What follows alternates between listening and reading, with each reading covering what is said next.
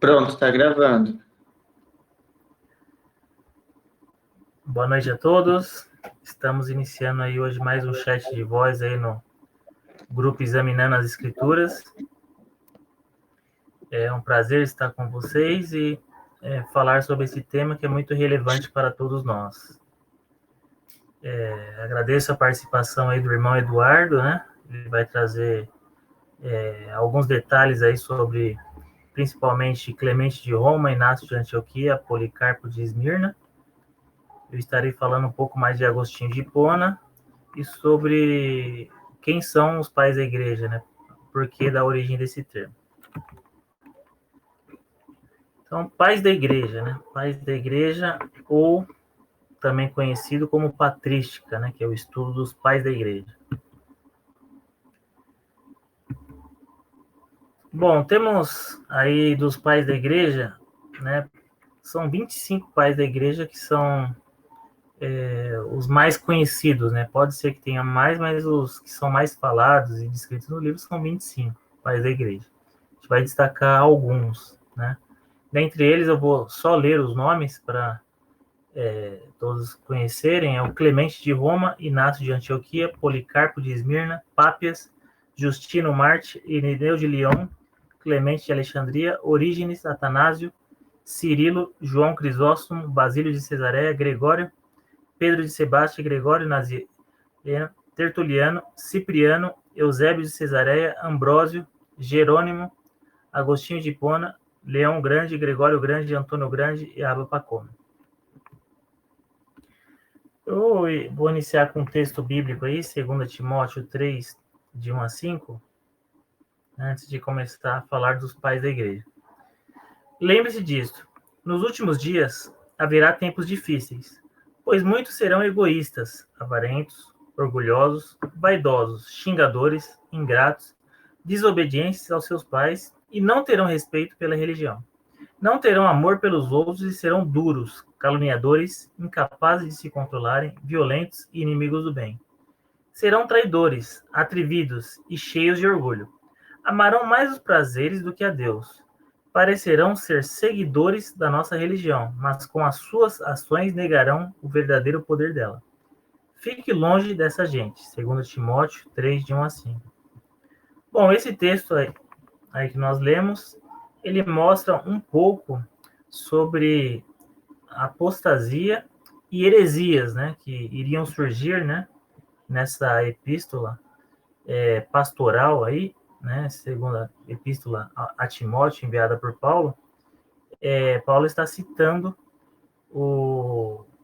este perigo que haveria na igreja e está alertando, né? E dentro desse contexto, né, que surgiriam essas pessoas que praticariam essa heresia, que surgem aí o que nós conhecemos como pais da igreja, né? Eles, de certa maneira, eles combateram essas heresias, né? Escreveram muitos livros e tratados, né, rebatendo heresias como o gnosticismo, como o Estado querendo derrubar a igreja, eles enfrentavam o Estado. E dentro desse contexto, os pais da igreja ficaram muito famosos entre o século I e o século 5 e 6, mais ou menos. Né? O último pai da igreja que marca, né, o término desse período que conhecemos como pai da igreja é Agostinho de Hipona. Bom, para dividir, né, sobre os pais da igreja, né, em grupos, né, então tem dois tipos de divisões. Né? O primeiro tipo é feita uma divisão de acordo com, considerando o concílio de Nicéia, né? Foi um grande concílio que teve aí que padronizou algumas coisas que conhecemos de doutrinas e de Bíblia que conhecemos hoje, né? Que praticamente o que nós temos hoje da Bíblia protestante dos 66 livros, né? Que nós temos 39 no Velho Testamento e 27 do Novo no cristianismo, veio dessa época do Concílio de Nicéia. É por causa disso que se divide, né, o período dos pais da igreja baseado nesse concílio. Então, uma divisão é pais apostólicos, pais da igreja anti-Niceia, ou antes do concílio de Niceia, e pais da igreja pós-Niceia, ou depois do concílio de Niceia, né? Então, essa é uma divisão. A outra divisão que eu vou citar aqui, que eu até vou detalhar mais, é a divisão entre os pais da igreja apostólica, os pais da igreja apologistas e os pais da igreja polemistas, né? Então, tem essas duas divisões aí, né? Então, o que são pais apostólicos? Então, apostólicos em relação a que viveram próximo do período dos apóstolos. São pessoas ou discípulos, quase discípulos diretos dos apóstolos, citados na Bíblia, né, canonizada, né, nos 27 livros do Novo Testamento. Então, são pessoas que tiveram contato direto com os apóstolos, né, por exemplo, um dos pais da igreja teve contato direto com o apóstolo João. E foi próximo a esses contatos, ou direto dos apóstolos, ou contato com os discípulos dos apóstolos, né? Que tem registros aí, tanto na Bíblia, né? Como temos registros também, registros históricos, né? Que são considerados nessa classificação aí. Boa noite, Jordan. Seja bem-vindo. Então, em relação a esses pais apostólicos, eles tiveram alguns textos relacionados à edificação da igreja, né, entre o primeiro e o segundo séculos. Os mais importantes desses textos foram do pai Clemente de Roma, Inácio de Antioquia, Pápias e Policarpo. Em relação aos apologistas, né, quem são eles? Os apologistas eram os que defendiam a fé em relação ao Estado, né? Então, este é para diferenciar apologistas de polemistas, eles defendiam, né, com as suas habilidades literárias, dos seus textos, em relação à perseguição do Estado ao cristianismo, né? E eles ficaram mais ou menos no segundo século. E os nomes mais conhecidos são Tertuliano, Justino Marte, Teófilo e Aristides. Em relação aos polemistas, então, são os que defendiam, né, a Bíblia e a fé sobre as heresias, né, sobre as falsas doutrinas, né? Então, enquanto os apologistas defendiam a fé em relação à perseguição do Estado, né, defendiam o cristianismo, os polemistas defendiam as doutrinas bíblicas, né? Então, aí que surge, né, as grandes defesas da Trindade, aí que surge o desenvolvimento aí da soteriologia, aí que surge o desenvolvimento de temas, né, que nós conhecemos mais hoje sobre estado intermediário, né, que é escatologia individual, né, ou temas como eternidade. Então, são desenvolvidos nessa época, por quê? Porque esses polemistas, eles dão resposta às falsas doutrinas, né? Então, eles escrevem grandes tratados, né, defendendo a fé, e por isso que ficam conhecidos neste período. Então, o período deles, né, estão muito situados aí no terceiro século, né, indo até o quinto século. Né, os mais destacados são Irineu, Tertuliano, Cipriano e Orígenes. Então, como já tinha dito, né, os pais da igreja, né, quando começamos a estudar sobre eles, né, então, os escritos deles, isso nas faculdades é conhecido como patrística, né?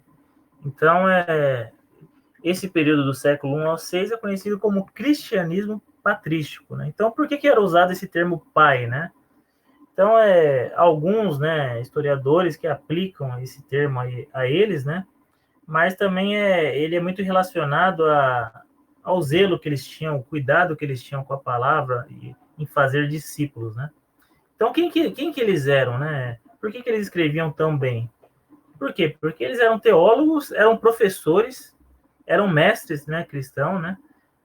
Como a Igreja Católica tinha um grande poder na época, ela que investia muito nesses estudos, né? Por isso que muitos eram padres mesmo da própria Igreja Católica, né? Por isso que pais também em relação a padres. E a diferença aí da teologia na época para a teologia hoje é que antes, né, hoje nós temos 4 anos aí para se formar em teologia, né, numa faculdade superior ou num seminário, talvez 2 anos aí ou 3. Antes, o estudo de teologia durava mais ou menos 15 anos, né? Então, eles sabiam falar fluentemente hebraico, grego, aramaico, latim, né? Eles eram mestres em oratória, né? Em hermenêutica, eles eram muito bons, por quê? Porque eles tinham que ter todo esse domínio, porque eles não tinham a tecnologia que nós temos hoje, né? Então, eles dominavam, né, todas essas línguas, escreviam também em outras línguas, né? Traduziam Bíblias, né? Por isso que eles ficaram muito famosos e eles eram muito dotados aí da conhecimento teológico. Então, agora nós vamos entrar especificamente aí em Clemente de Roma, né? Depois Inácio, Policarpo, e depois nós damos sequências aí de modo geral e finalizando aí em Agostinho de Hipona. Então, o irmão Eduardo agora vai começar falando de Clemente de Roma. Clemente de Roma foi um pai da igreja do primeiro século. Ele é bem do inicinho ali do primeiro século. Ele é datado de 35 depois de Cristo, então ele é bem próximo dos apóstolos.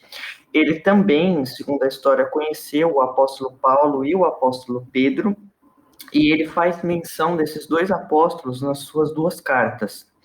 A primeira carta que ele escreve, ele escreve à igreja de Corinto. E essa carta que ele escreve à igreja de Corinto, ela tem um valor muito importante, porque os teólogos consideram que essa carta é uma fonte extra-bíblica que prova que a Bíblia ela é verdadeira, porque Clemente, ele cita alguns problemas da igreja de Corinto que Paulo também cita na sua carta aos Coríntios. Então, seria uma fonte extra-bíblica que confirmaria isso, certo? E também o interessante é que, como Clemente ele é um pai da igreja bem ali do primeiro século, ele conviveu com os apóstolos. Pelo que eu sei, ele também foi batizado pelo apóstolo Pedro, e ele teve ali um contato direto com os apóstolos. Isso foi interessante, porque naquele início naquele início do primeiro e do segundo século, começaram a surgir bastante heresias, como o irmão Rodrigo mencionou, e os pais da igreja, eles tiveram muito do seu conteúdo voltado para esse lado também. No caso de Clemente, as duas epístolas de Clemente, elas são muito voltadas à pureza, à santidade. Ele faz questão de realmente enfatizar muito isso, de a gente ter uma vida piedosa com Deus. Ele fala também, ele faz muitas citações de textos bíblicos, ele faz citações assim ao monte, ele iguala textos do Antigo Testamento com textos do Novo Testamento, ele mostra que como é que fala? A inspiração do Antigo Testamento também se aplica ao Novo Testamento, então ele iguala essa inspiração, fazendo com que textos do Novo Testamento tenham o mesmo pé de igualdade do Antigo. Ele também contribui para isso. E eu gostaria de fazer uma citação de um texto que ele escreveu aqui, na sua primeira carta. Ele fala assim, na primeira carta aos Coríntios, ele escreve assim: estamos escrevendo neste tom, amados, não apenas para admoestá-los, mas também para lembrar essas coisas a nós mesmos, pois estamos na mesma arena, envolvidos na mesma luta. Por isso, devemos abandonar toda preocupação vazia e fútil e voltar-nos para a gloriosa e santa regra de nossa tradição. Aqui, a tradição, no caso aqui, é a doutrina apostólica. Vamos observar o que é bom, o que é agradável e aceitável àquele que nos criou. Fixemos os olhos no sangue de Cristo e tomemos consciência de como ele é precioso para seu Pai, uma vez que foi derramado para nossa salvação e trouxe a graça do arrependimento para o mundo inteiro. Vamos repassar todas as gerações e observar que, de uma geração para outra, o Mestre tem propiciado uma oportunidade de arrependimento aos que estão dispostos a recorrer a ele. Noé pregou arrependimento e os que lhe deram ouvidos foram salvos. Jonas pregou a destruição aos ninivitas. E quando eles se haviam arrependido de seus pecados, conseguiram as boas graças de Deus mediante suas orações e obtiveram a salvação, apesar do fato de não serem povo de Deus. Aqui é legal, porque os ninivitas, eles realmente não eram judeu, de sangue judaico, mas eles foram acrescentados ao povo de Deus. Ali também uma referência também à salvação dos gentios já no Antigo Testamento. Isso também é presente no livro de Clemente, não só a questão de uma vida piedosa, mas os pais da igreja, eles focam muito também no sangue de Cristo, no sacrifício de Jesus. Eles também mencionam muito a respeito da Trindade. Eles fazem citações de cartas dos Clemente, ele apóstolos. menciona da Trindade também, ou irmão Eduardo? Menciona. Não é o foco dele, ele não gasta sua carta para falar tanto da Trindade. A segunda carta ele fala bastante, a primeira não. Mas Clemente ele também vai falar de Trindade, mais de uma vez, inclusive, ele vai citar, só que assim, Clemente ele vai voltar mais o seu raciocínio ao pai e ao filho, essa relação entre o pai e o filho. Mas ele menciona também o Espírito Santo. E eu acho que é isso. Aí você pode dar continuidade. Tá. Irmão Eduardo, se você também quiser abrir a sua câmera, fique à vontade, tá bom?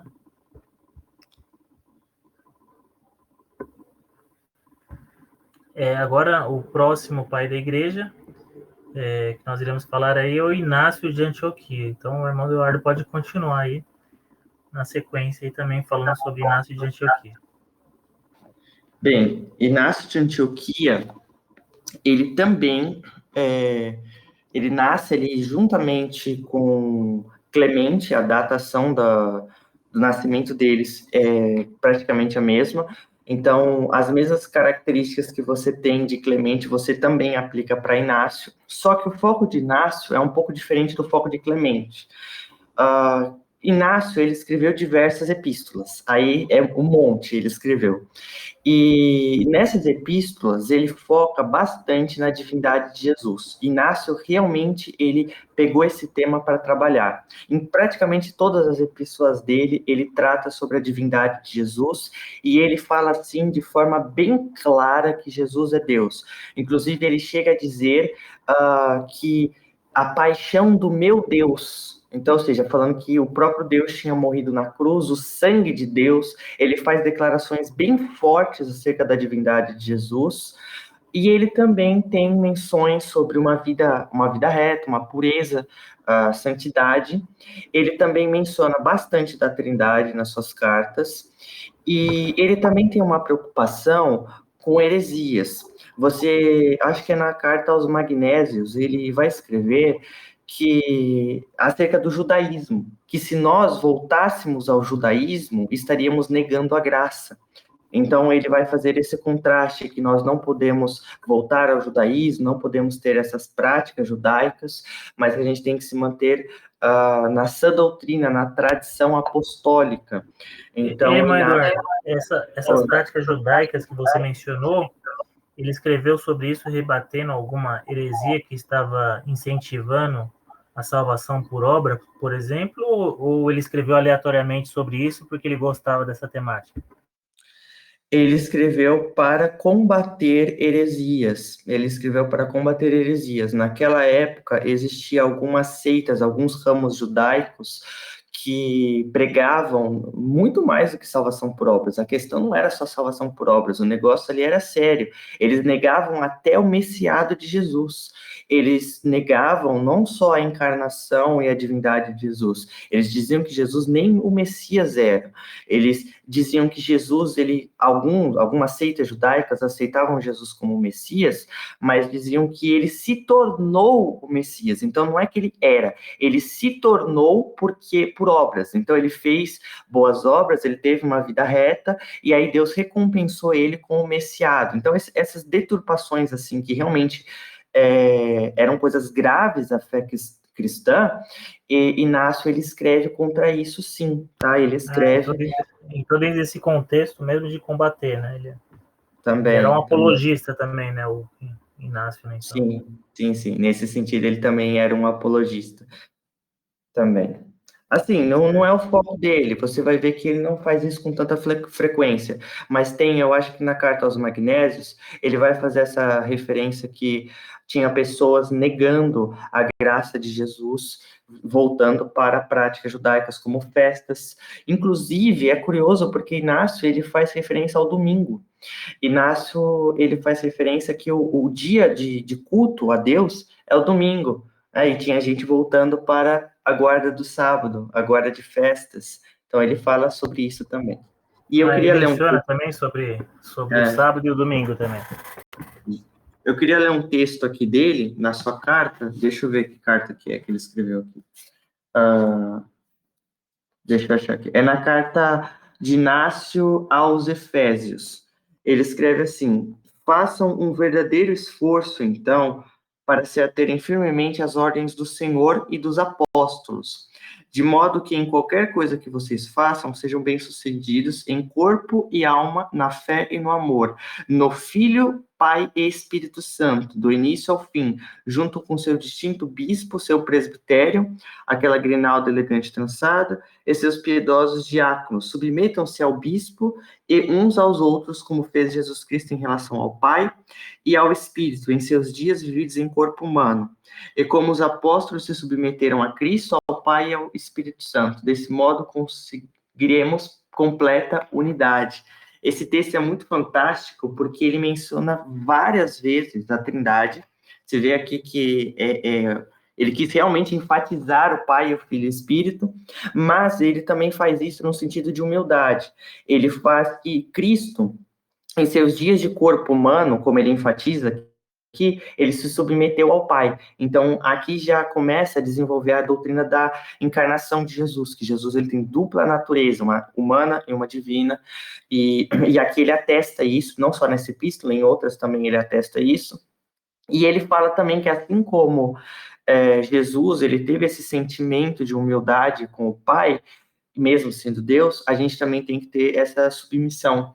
Também é muito frequente, Inácio, a questão do bispo, da gente respeitar o bispo, como ele menciona aqui, essa figura de alguém de autoridade, cuidando da igreja, disciplinando, instruindo na palavra, também é algo presente nos escritos de Inácio, e é algo que ele valoriza bastante, que a gente tem que se submeter ao bispo, que a gente tem que se submeter ao pastorado, porque isso é algo importante, que é uma autoridade estabelecida por Deus. Você sabe dizer, irmão Eduardo, se o Inácio ele faz diferenciação entre bispo, presbítero, pastor, ou se ele considera como sendo iguais estas nomenclaturas, ou ele faz alguma distinção como a Igreja Católica, por exemplo, o faz?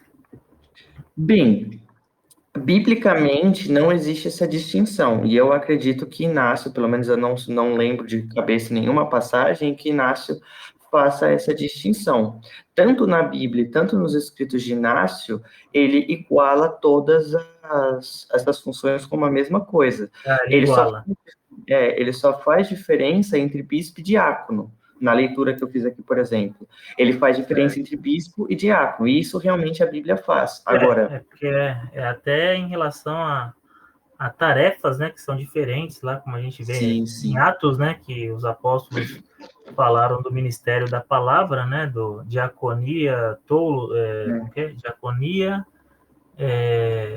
ministério da palavra, diaconia toulogos, né, e eles precisavam destinar esse ministério e os outros iam ficar no ministério de servir as viúvas, né, então lá a gente vê até em relação à função, né, a diferenciação, né, mas você não se lembra de fazer essa diferença de bispo, presbítero e pastor, né?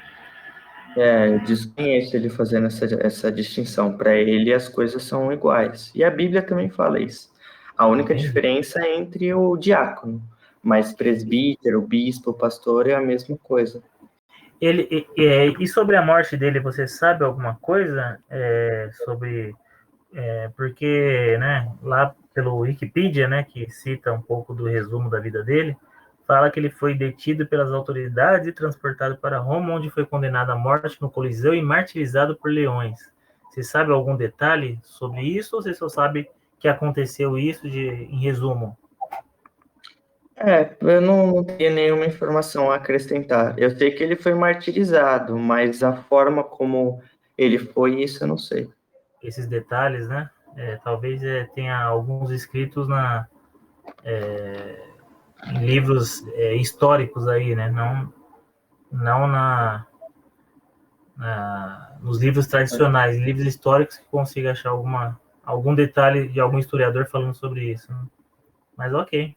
Tem alguma coisa mais a acrescentar sobre Inácio? Podemos passar para o próximo. Pode passar. O próximo é o Policarpo de Esmirna. Aí você pode continuar na sequência. Então, Policarpo de Esmirna, aqui nos pais apostólicos, ele nasce ali no primeiro século, só que ele é um pouco mais tardio. Ele não nasce no ano 35, então ele pode ter conhecido o apóstolo João. Agora, os outros apóstolos teriam já sido mortos, porque a tradição afirma que o apóstolo Paulo e Pedro eles morrem por volta do ano 67 depois de Cristo, com o imperador Nero. Então, se Policarpo nasce no ano 69, então, até que ele tenha uma certa idade, seja batizado, então ele não poderia ter conhecido. Agora, certo. O apóstolo João, ele certamente conheceu o apóstolo João, e Policarpo, ele tem uma temática um pouco mais voltada para martírio. Policarpo, ele combate heresias, mas ele é mais voltado ao martírio. Então, a carta que ele escreve é mais voltada ao seu martírio, narrando como a sua... mais o seu martírio mesmo, mais voltado para isso mesmo, entende? De seu martírio, como que aconteceu esse martírio, que ele não queria ser livre desse martírio, porque estavam planejando libertá-lo, e ele escreve uma carta falando que ele não queria ser liberto desse martírio, mas que ele queria sim enfrentar esse martírio e ser um mártir por Cristo. E aí ele usa figuras de linguagem como um trigo oferecido, e é bem frequente essa linguagem. Também ele fala de trindade, ele não vai se voltar somente ao martírio, ele, além de refutar heresias, ele também vai falar sobre a trindade, ele, além de falar sobre a trindade e sobre o martírio, é basicamente isso mesmo, irmão. Eu tinha aqui uma coisa aqui para falar dele, deixa eu ver aqui. Pode falar que depois eu vou fazer uma pergunta. Não, pode fazer enquanto eu procuro aqui. A minha pergunta é como que a gente sabe que Policarpo foi foi discípulo de João? Tem algum apócrifo que fala isso? Tem algum escritor da época que registrou isso? Como que tem-se essa conclusão, né, de que ele foi discípulo do apóstolo João? Então, é possível entender assim, com base em alguns dados que nós temos. Por exemplo, Policarpo, ele é da época do apóstolo João. Então, como o apóstolo João, naquela época, o apóstolo João ele já era mais velho, Policarpo ele era um jovem ainda, é possível sim que Policarpo tenha sido instruído, as datas batem, é possível que ele tenha sido instruído aos pés de João, só que aí, claro, João foi exilado, e aí essa comunhão teria sido quebrada, mas é possível sim que as datas batem. Policarpo não faz referência a João. Aqui. Nos escritos deles não tem referência a João. Não faz, mas a história, pelo que a gente se aprende na história, ele foi sim. E se eu não me engano, Policarpo teve um discípulo, e eu acho que foi esse discípulo que citou acerca da conversa entre Policarpo e João. Se eu não me engano, foi isso aí mesmo. Realmente, eu também já tinha escutado alguma coisa nesse sentido. E assim, tem um texto aqui de Policarpo, que ele escreveu algumas cartas dele, Aqui ele vai mencionar assim, a carta de Policarpo, bispo de Esmirna, aos filipenses. Policarpo ele escreve assim: sabendo que vocês são salvos pela graça, não por obras. Então ele faz aquela citação de Efésios. Isto é, pela Certo. vontade de Deus por meio de Jesus Cristo. Então aqui ele prega a salvação por fé, refutando a questão de salvação por obras. Policarpo ele também vai fazer menção aqui, olha aqui, por exemplo, na sua segunda carta, ele vai falar assim: pois nós adoramos esse único Filho de Deus. Então, novamente, ele fala sobre a divindade de Jesus, a adoração que era dada ao Filho de Deus. Ele faz menção também: felicidade, irmãos, a vocês que vivem de acordo com a palavra de Jesus Cristo, segundo o Evangelho, a quem seja dada glória a Deus Pai e ao Espírito Santo. Então, aqui ele também faz referência à Trindade, certo? E aqui Certo. no final também é feito uma doxologia também à Trindade. A ele seja dada a glória com o Pai, o Filho e o Espírito Santo pelos séculos dos séculos. Amém. Então, ele também tem uma doxologia aqui no final falando da Trindade. Entendi. E você sabe alguma coisa sobre a morte dele, né? Que até nessa imagem que está colada, né? Fala que ele foi apunhalado e queimado na fogueira, né? Você tem algum É, outro detalhe? então, Policarpo é curioso, porque Policarpo, ele foi levado até as autoridades e falaram para Policarpo, para assim, ó, você já está velho, sabe? Repensa se você realmente quer negar Jesus, sabe? Se você quer continuar nessa fé, você já está velho, você não tem para que ficar vivendo e sofrer isso. E Policarpo, ele fala uma frase que marca a história. Ele fala assim: eu sirvo a Jesus, eu acho que é 80, não sei quantos anos que ele menciona Tá, lá, mas tá aqui na tela, tô colocando aqui, tá aqui na foto. deixa eu Pode ver falar, aqui. 86 anos. Exatamente. Eu tenho servido a Cristo por 86 anos e ele nunca me fez nada de mal. Como posso blasfemar contra meu Redentor? Ouça bem claro, eu sou cristão. Então, Policarpo, ele realmente fala essa frase de impacto, assim, e ele fala assim, eu tenho servido a Deus desde que eu nasci. É basicamente isso que ele quis dizer, 86 anos é desde que eu nasci. Então, desde que eu nasci, eu sempre servi a Jesus. E durante todo esse tempo, ele nunca fez nada para mim. Ele sempre me ajudou, ele sempre me trouxe benefícios. Eu não posso simplesmente traí-lo. E aí, dado essa confissão de fé dele, ele foi queimado na fogueira. E É bonito, assim, é triste, né, pelo modo que o mataram, né, que doloroso, né, mas assim, é emocionante, né, vendo um fiel servir a Cristo, né, e ser um mártir, né, pois é, não sim, negando a sua fé, né, é uma coisa sim, motivadora para nós cristãos, né. exatamente. Sim. Esse é o legado que ele deixa para a gente. Também existe uma história de que eu já vi relatos de que pessoas falaram assim, que quando o Policarpo ele morreu, o cheiro das cinzas que saíam lá, porque ele foi queimado, era um cheiro de uma flor, era um cheiro de um perfume, como se realmente tivesse sido um incenso agradável a Deus. É uma Alcindor. história do Testamento. Então, o cheiro Olha, da cinza era um cheiro agradável, como se Deus tivesse aceitado aquele sacrifício, aquele sabe? Um sacrifício, entendi. mártir morreu por mim. Existe esse relato também. Olha que interessante. Aí você compartilha aí no grupo, né, esse texto aí, né, que é interessante a gente compartilhar. Eu mesmo não conhecia. Bom, agora a gente vai entrar no Agostinho de Hipona, né? Assim, vai ter uma parte grande que eu vou falar dele. Eu não sei se você quer destacar alguma outra coisa, irmão Eduardo, de todos esses pais que a gente falou, da Patrícia em modo geral. Ou você quer que eu dou sequência aqui falando de Agostinho de Hipona e no final a gente faz esse encerramento aí?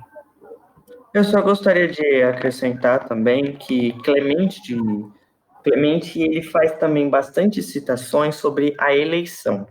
A doutrina da eleição é muito frequente também nas cartas de Clemente.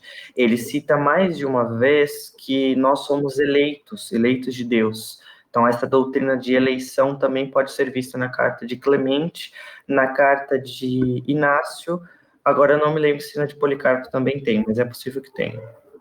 Ah, por isso que então tem essa frase aqui dele clássica, que até tá na foto aí, né? Deus não os elegeu porque ele o previu, mas o previu porque assim o decretou. Então ele talvez foi um dos inspiradores aí de Agostinho, né? E depois de João Calvino, né? Então, a gente não sabe, porque assim, eu também realmente estranhei um pouco a linguagem de Clemente, porque ele fala muito sobre eleição. Eu estranhei essa linguagem em Clemente quando eu li, porque realmente esse é um tema bem presente na carta dele. Agora, a gente não sabe como que ele interpretava, se ele era, Certo. vamos pôr na nossa linguagem, se ele era um calvinista, se ele era um arminiano, mas a doutrina da eleição ele estava presente sim nas É que cartas dele. eles não tinham essa preocupação, né? Eles simplesmente faziam exegese, né, do tema, né, eleição, né? E eles não estavam preocupados, né? Depois que surgiu, né, esses Sim, sim. temas aí até pelo, eu acho que nem em Agostinho, né? Eu acho que mais em Calvino mesmo que ficou, né, meio que cravado aí, surgiu esses temas aí e é conhecido como a gente conhece hoje, né? Calvinismo, arminianismo, né? Mas eles estavam preocupados com a exegese do texto e nem imaginava que ia gerar tudo isso. Pois é, eles Eles, a eles, questão eles na defende a verdade, eles fé. só estavam preocupados em combater, né, a heresia, né, digamos que dando o melhor deles, né? Pois é, exatamente. Mas acabou Mas é gerando um monte de interessante, problema. foi interessante você ter abordado, que eu tinha recortado essa frase colado no slide, mas eu não conhecia assim a fundo a história dele, como você destacou bem, detalhou bem, e foi interessante você ter falado desse ponto dele que escreveu bastante coisa sobre eleição. Importante. Talvez até o Joe Owen, que também escreveu muito sobre isso, né? Um pouco mais para frente, né? O que foi um puritano, talvez tenha usado ele como fonte também, né? Então é interessante isso aí, porque eles que são a raiz aí dos nossos teólogos modernos, né? Modernos ou mais antigos, né? Eles que foram praticamente os primeiros aí, depois dos apóstolos, a fazerem comentários da Bíblia, né? Sim, sim. Ah, legal. Então, dando continuidade aqui, eu vou falar agora de Agostinho de Hipona. Agostinho de Hipona, ele assim, de todos os pais, né? Se for pegar profundamente, falar sobre eles, tem muita coisa, né, para se falar deles, porque eles deixaram muitos escritos, né? E a linguagem deles era um pouco mais arcaica, antiga, tem a questão da tradução aí para o português. Mas Agostinho, ele se destaca aí porque ele conseguiu agradar a católicos e conseguiu agradar aos protestantes, aos evangélicos modernos hoje, né? Então ele conseguiu a teologia dele, né? Ela foi muito além, né? Porque ele conseguiu ligar filosofia à teologia, né? Desenvolver novos conceitos aí da filosofia e colocar dentro da sistematização doutrinária aí, né? Que nós conhecemos hoje como teologia sistemática. E praticamente dele que surgiu aí a maioria das doutrinas que nós conhecemos hoje, né? Então ele foi inovador, né? E o interessante de Agostinho, que também que é importante citar, é que Agostinho ele sempre estava em busca da verdade, né? Isso foi uma coisa constante na vida dele. Por causa disso, ele foi pulando de galho em galho, foi para muitos lados errados, né? Passou por muitas seitas, né? Como o maniqueísmo, e depois saiu dessas seitas, começou a atacar essas seitas, e por ele ser filósofo, né? E ele ter eu creio que um QI muito elevado na época, então ele não se contentava com pouco, né? Ele queria mais, mais, mais. Então isso fez dele um destaque, né? Fez dele um destaque que revolucionou, né? Então quando querem destacar, né?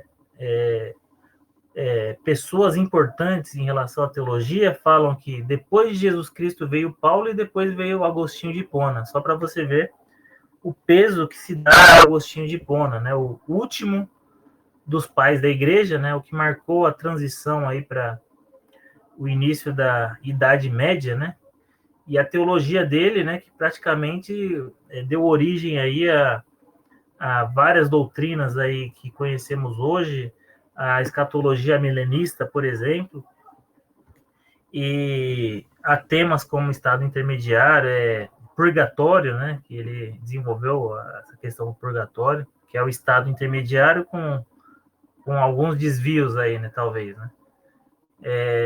Então tem muita coisa de falar por Agostinho, mas ele é relevante, né, talvez por esses fatos, pelo número de obras que ele fez, mas eu vou tentar, né, tem bastante coisa para falar dele, mas eu vou tentar desenvolver rápido. É difícil desenvolver rápido, mas é que tem muita coisa, mas vamos lá.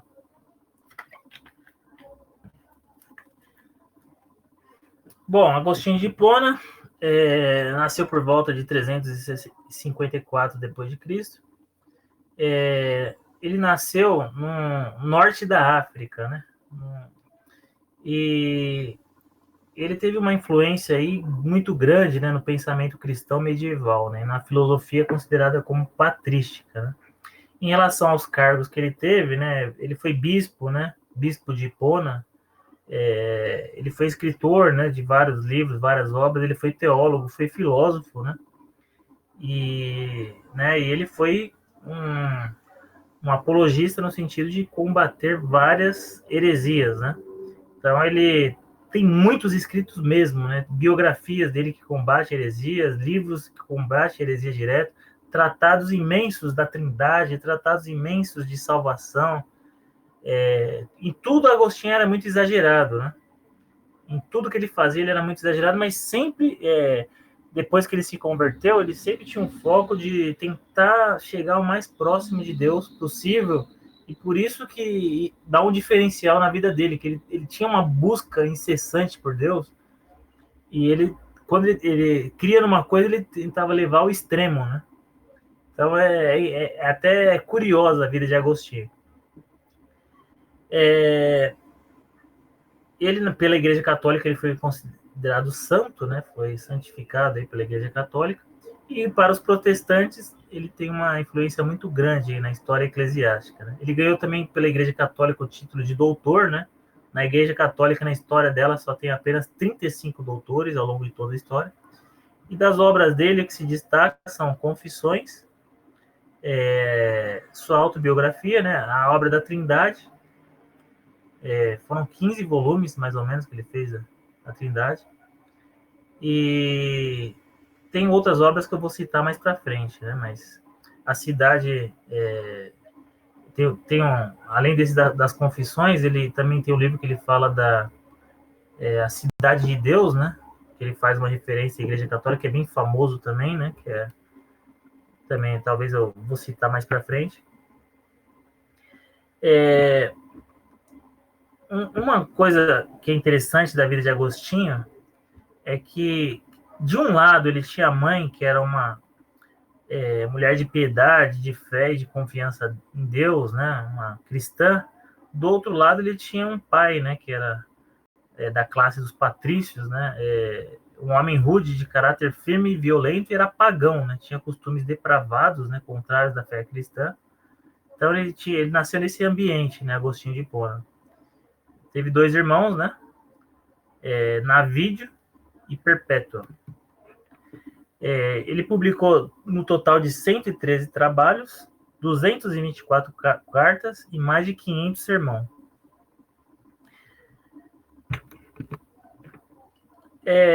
Na obra de Agostinho, né, é dividida por períodos, né? Então, no primeiro período, a gente tem os diálogos filosóficos, né? E as obras contra os maniqueus, né? Que era uma seitas que tinha que chamava maniqueísmo, né? Ele foi parte dessa seita e depois ele saiu dessa seita. Ele fez vários tratados contra essa seita, né? Dos maniqueísmos. Né? E nesse segundo período, nesse primeiro período, na segunda fase do primeiro período, né? Por volta de 397 depois de Cristo, ele escreveu várias obras teológicas e exegéticas, né? Também contra o maniqueísmo e obras sobre fé, né? E alguns sermões também. No segundo período de Agostinho, ele continuou com os escritos de antimaniqueístas, né? Ele pegou uma aversão ao maniqueísmo porque ele foi para o maniqueísmo pensando que era uma resposta para ele, né? Da vida depravada que ele tinha e viu que o maniqueísmo estava bem errado, né? Por isso que ele começou a fazer várias obras contra o maniqueísmo. E nesse segundo período também ele tem vários escritos teológicos e exegéticos, né? As Confissões, obra da Trindade, de Gênesis e de doutrinas cristãs, além de cartas, sermões e discursos sobre salmos. No terceiro período, foi os escritos antipelagianos, né? Daí foram vários escritos contra Pelágio, né? Que era uma doutrina herética, né? Que tinha na época, e ele vai escrevendo vários livros contra isso, né? Contra antipelagianos, né? Que chamamos aí, né? Que são escritos apologistas, né? Defendendo a fé cristã contra as heresias. Em relação à educação de Agostinho, né, nós temos que ele se formou em gramática, aritmética, tinha profundo conhecimento da literatura latina, era especialista em retórica, né? Retórica hoje podemos falar que é uma oratória, né? Que nós conhecemos como oratória. E uma curiosidade é que ele odiava o grego. Né? Ele foi uma língua que ele aprendeu, acho que por obrigação, mas ele não teve tanto domínio como outras línguas, né?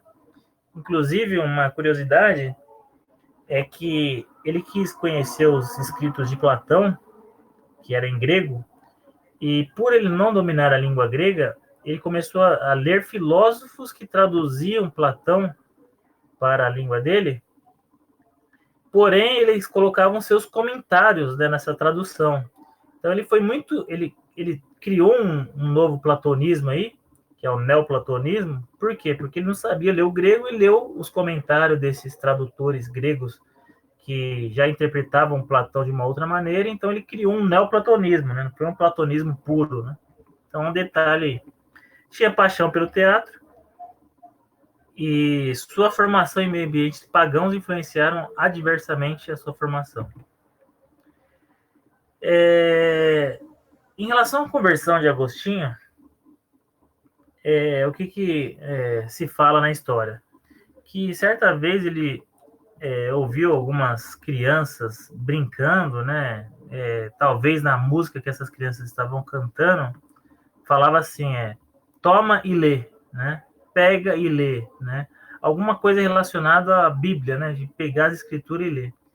E Agostinho ficou martelando isso na cabeça dele, até que ele foi para Romanos, né? E leu, né, os capítulos 12 a 15 de Romanos, no qual destacamos aí capítulo 13, versículo 13 e 14, que diz: andemos honestamente como de dia, não em orgias e bebedices, não em impudicícias e dissoluções, não em contendas e ciúmes, mas revestivos do Senhor Jesus Cristo, e não vos preocupeis com a carne, para não excitardes as suas cobiças. Então, através desses escritos que, pelo relato do livro dele, Confissões, que houve a conversão de Agostinho. Então, foi uma experiência aí que ele relata, né, de conversão. Um outro detalhe aí que podemos destacar de Agostinho é em relação à escatologia dele. Na escatologia de Agostinho, ele inicialmente ele foi um pré-milenista, porque era dominante a questão do milênio terreno, né, pelos outros pais da igreja aí. E Agostinho, ele seguiu aquele método que o tempo ele considerava diferente, né? Para ele o tempo não é um tempo cronológico que nem nós consideramos hoje. E em relação ao milênio, ele cria que era um milênio que era espiritual, né? Então, daí que se começou a se falar no amilenismo, né? Então, ele foi o precursor da doutrina milenista, por causa que ele desenvolveu essa questão aí, né? Com certeza baseado em outros pais da igreja também. Porém, há alguns pós-milenistas que falam que os escritos de Agostinho pertencem ao pós-milenismo e não ao milenismo. Há uma disputa de Agostinho, né? Se ele era um amilenista ou um pós-milenista, né?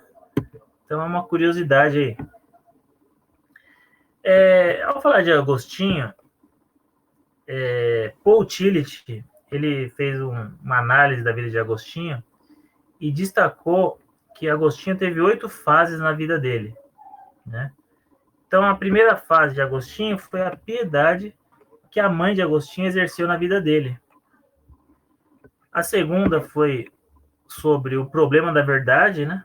Que ele estava na busca constante sobre o problema da verdade, por isso que ele acabou passando por outras seitas aí, né? Depois, a terceira fase foi a fase que ele foi do maniqueísmo, né? Uma seita, né? Que pregava um dualismo cristão entre o bem e o mal. Depois, na quarta fase, ele foi para o ceticismo, né? Que era totalmente contrário ao maniqueísmo. E depois ele foi para o neoplatonismo, que era totalmente contrário ao ceticismo. Depois, na sexta fase, ele destacou a autoridade da igreja, né, da igreja católica. A sétima fase, ele destacou a ascese cristã, que é o quê? É praticamente a abstinência, né, do sexo, a abstinência de alimentos, né, uns jejuns intensos, semelhante a monges, né, e santos. E a oitava fase é a fase que ele começa a fazer pensamentos contrários do filósofo Aristóteles. Então, essas 8 fases, é interessante analisar essas 8 fases na vida de Agostinho, porque ela mostra os períodos que Agostinho passou, e por isso que o Agostinho ele é tão famoso, porque ele passou por todas essas fases buscando a verdade, né? E como ele era muito intenso, então ele desenvolveu vários tratados contra essas fases que ele passou e viu que estava errada, né? Que era o maniqueísmo, né? Contra o ceticismo, contra algumas seitas heréticas que tinha. Então, nesse decorrer, nessa caminhada da vida dele, que ele desenvolveu tantos tratados, por quê? Porque ele estava buscando a verdade. Isso que é interessante na vida de Agostinho de Hipona.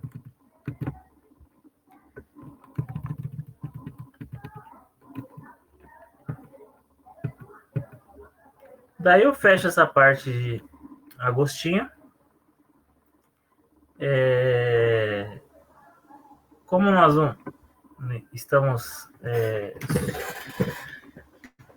no final já aí do nosso chat de voz, irmão Eduardo, você quer fazer alguma consideração sobre os pais da igreja de modo geral? Bem, os pais da igreja, eles tiveram uma importância teológica muito grande. Como você mesmo já havia destacado, os pais da igreja, eles tiveram diversas funções. O que acontece? Os pais da igreja, eles sucederam os apóstolos. Como os apóstolos, eles morreram, não havia ninguém ali que pudesse dar seguimento àquela linhagem apostólica. Então, a igreja, ela ficou exposta a diversas heresias. No primeiro século, quando os apóstolos eles existiam, naquele período, eles defendiam a fé. Então, era muito fácil. Era simplesmente você chegar no apóstolo Paulo e o apóstolo Paulo vai falar, fulano de tal é herege. Agora, e quando o apóstolo Paulo não está mais entre você? Aí como é que fica a questão? Por isso que os pais apostólicos, eles são importantes, porque eles vêm de linha de sucessão dos apóstolos. Policarpo, por exemplo, como já foi mencionado, ele foi criado com João. Então você vê, é alguém confiável, alguém que já vem ali de João. É lógico que os escritos dos pais da igreja não são inerrantes como a escritura. A escritura, ela é inerrante. Os escritos dos pais da igreja contêm alguns erros, principalmente quando você pega a Didaquê, por exemplo, que não foi escrita pelos 12 apóstolos. Ali você vê alguns extremos, alguns ensinamentos que não condiz com o que Jesus ensinou, mas não é tudo, é só uma parte da Didaquê. Isso não tira a importância histórica da Didaquê. Não é tudo, é só alguns trechos, e eles têm bastante conteúdo de comentários, de citações, então eles têm um peso histórico tamanho muito grande. Eles também dão datas, eles também dão nomes, eles citam lugares, eles citam muitos textos bíblicos, eles fazem comentários, eles refutam heresias, e eles também são importantes porque eles demonstram a teologia ortodoxa. Então, você pega, por exemplo, Policarpo, você pega Inácio, você pega Clemente, é primeiro século. Primeiro século. Então, está muito perto dos apóstolos. Você pode voltar para a teologia apostólica. Certa vez, Daniel Wallace, e não foi somente ele, o Dr. Norman, Dr. Picking também, Wilbur Picking, são dois eruditos de crítica textual e teólogos. Tanto o Daniel Wallace, tanto o Picking, eles falaram que se a Bíblia tiver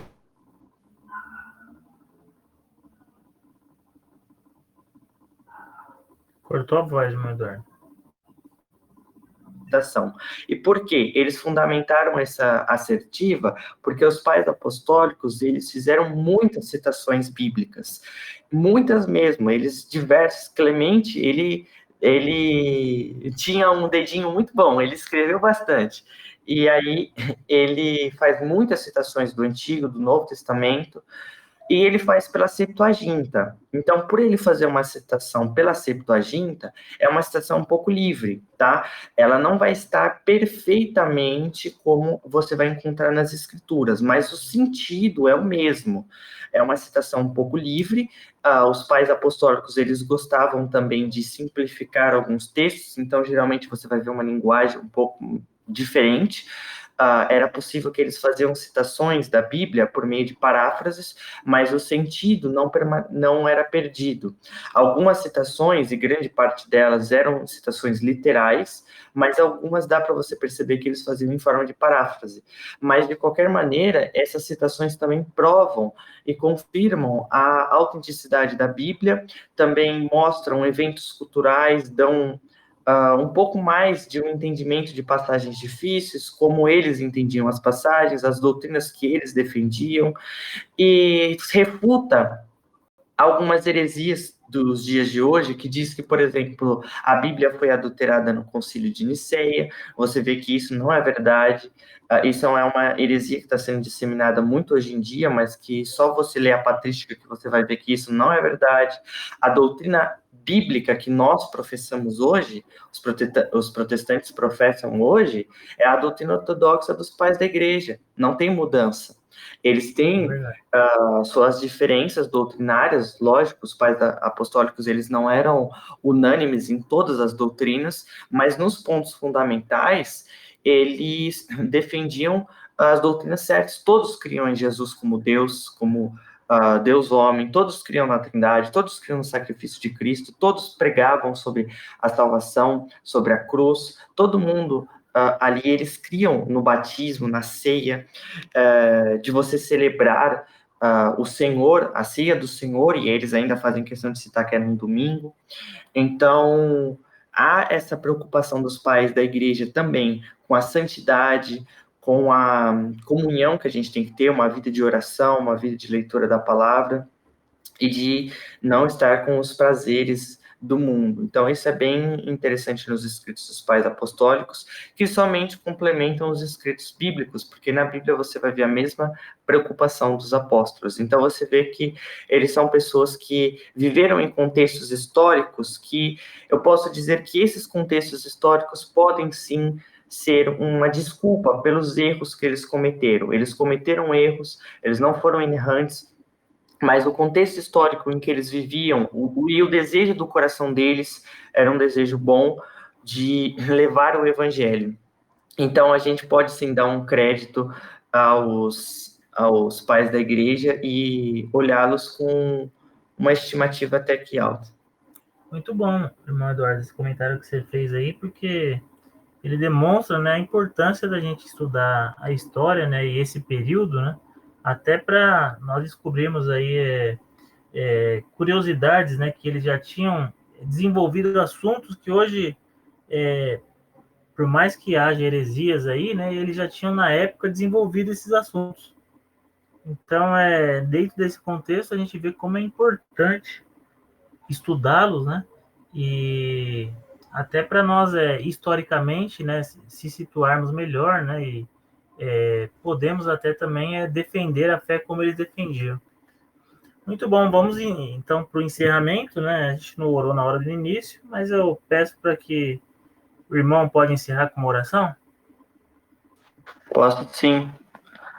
Senhor, nós te agradecemos por mais esse dia e por essa oportunidade que o Senhor nos concedeu de estarmos estudando mais sobre a tua palavra, de adquirir conhecimento, Senhor, de aprender mais sobre aqueles que no passado serviram ao Senhor com uma fé, com um legado fortíssimo, Senhor, cada um com as suas peculiaridades, cada um, Senhor, com a sua importância teológica. Nós te agradecemos, Senhor, por esse dia e por mais esse estudo, que nós possamos, Senhor, colher os frutos que eles deixaram com esse bom testemunho, que eles eram crentes fervorosos, que tinham tempo de oração com o Senhor, que estudavam a palavra, se debruçavam em ter comunhão com o Senhor pela oração, pela leitura da palavra, e que nós possamos também tomar como alerta os erros que eles tiveram, Senhor, para que não cometamos.